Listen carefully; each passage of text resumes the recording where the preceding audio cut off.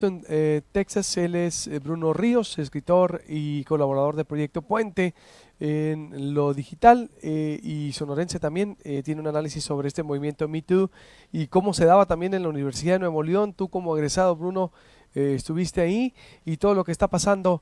Y pues con estos datos duros de Sonora que acabamos de escuchar, es todo ya una tendencia internacional a denunciar al acoso. ¿Cómo estás viendo esto? Buenos días. ¿Qué tal? Buenos días, Luis Alberto.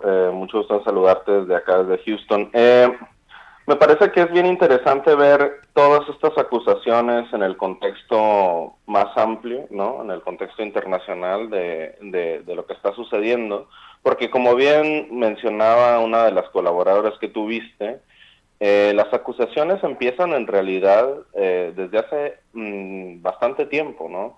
No es algo muy reciente, sino que van hasta el año anterior con las acusaciones que se hacen hacia Donald Trump todavía como candidato y que bueno, detonan una serie de movimientos que ya venían sucediendo desde antes, ¿no?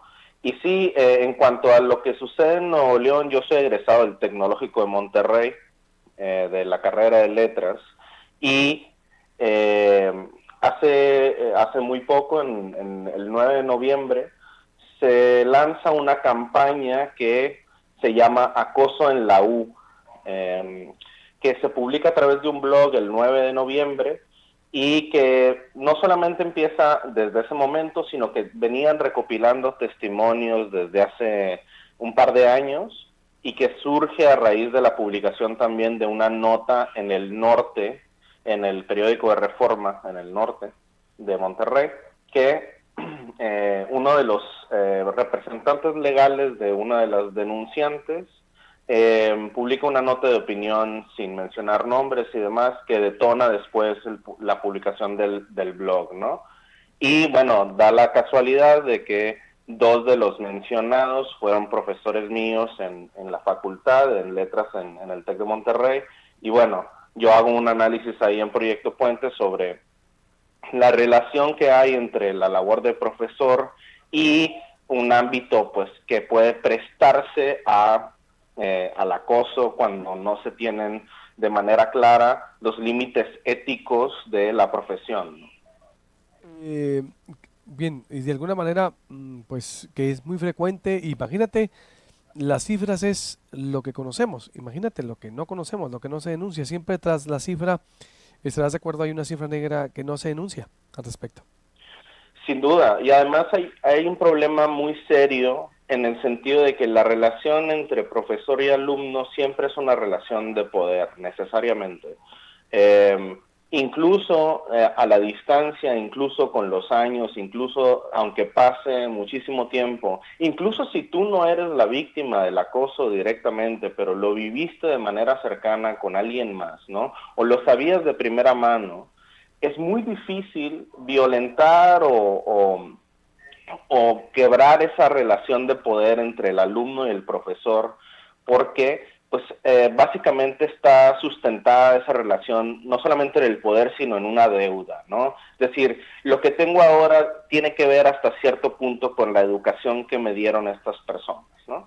Entonces, el problema está en que no se denuncia no solamente porque bueno, en este país, estoy hablando de México, ¿no? En este país no sucede nada más allá de la denuncia. Ese es el problema. Cuando las víctimas denuncian, el sistema legal pues no funciona. Y lo que nos obliga o les obliga a las víctimas es a pues hacer una denuncia pública en lugar de hacer una denuncia legal muchas veces como último recurso. Y bueno, también a veces las víctimas mismas no tienen las herramientas necesarias para identificar, sobre todo en ese momento, en el momento en el que está sucediendo un acoso y un abuso de poder, ¿no?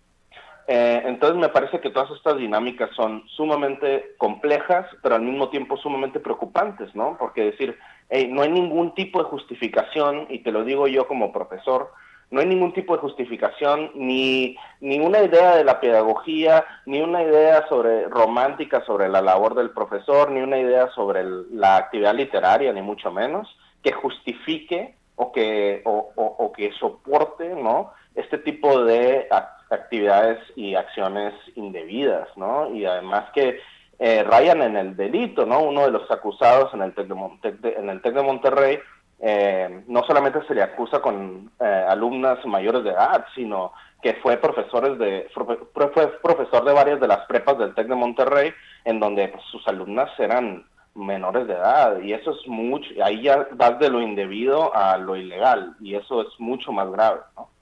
Totalmente, Bruno. Pues estamos en contacto. ¿Crees que este movimiento Me Too se está extendiendo o sigue vivo, sigue vivo o ya se calmó? ¿Cómo está el movimiento en Estados Unidos?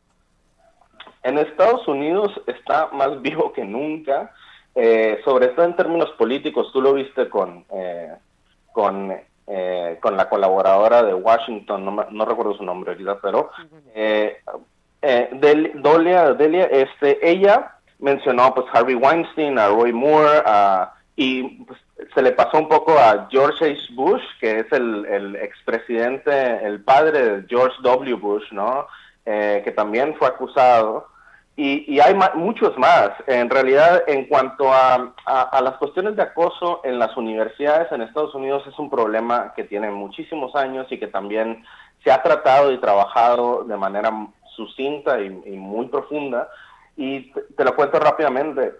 Todos los empleados de las universidades en Estados Unidos, o sea, nosotros, tenemos un entrenamiento forzoso anual contra las prácticas o para evitar las prácticas de acoso y de abuso sexual o de acoso sexual en nuestros contextos de enseñanza y incluso los administradores también, ¿no?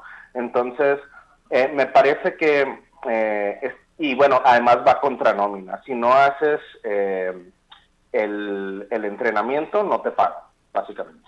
Y me parece que estas son una serie de medidas que pueden suceder en México para empezar a tratar de, y bueno, además que haya repercusiones reales y legales y que se procedan las denuncias, porque si no, pues no se puede, ¿no? Y me parece que aquí, como lo decía la colaboradora, las denuncias tienen consecuencias mucho más profundas y mucho más graves que en México. Totalmente. Te agradezco mucho, Bruno, y estaremos en contacto contigo. Gracias, Luis Alberto. Un abrazo. Igualmente, Bruno.